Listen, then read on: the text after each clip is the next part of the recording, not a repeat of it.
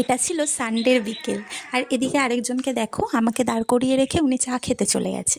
আর আমি ভিডিও করছিলাম বলে ওনার রাগ হচ্ছিল, বলছিল ফোনটাকে ফেলে দেবে।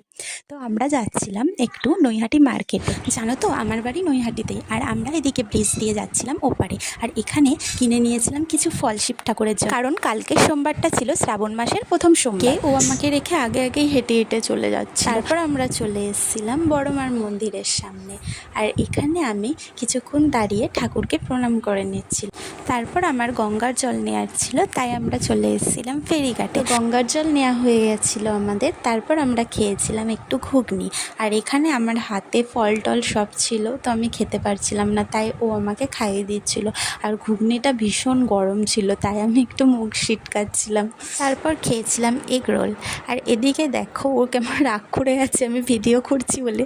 এদিকে আমি ওকে খাইয়ে দিচ্ছি, আর ও বলছে কি যে রাস্তাঘাটে কেন এসব করতে যাও।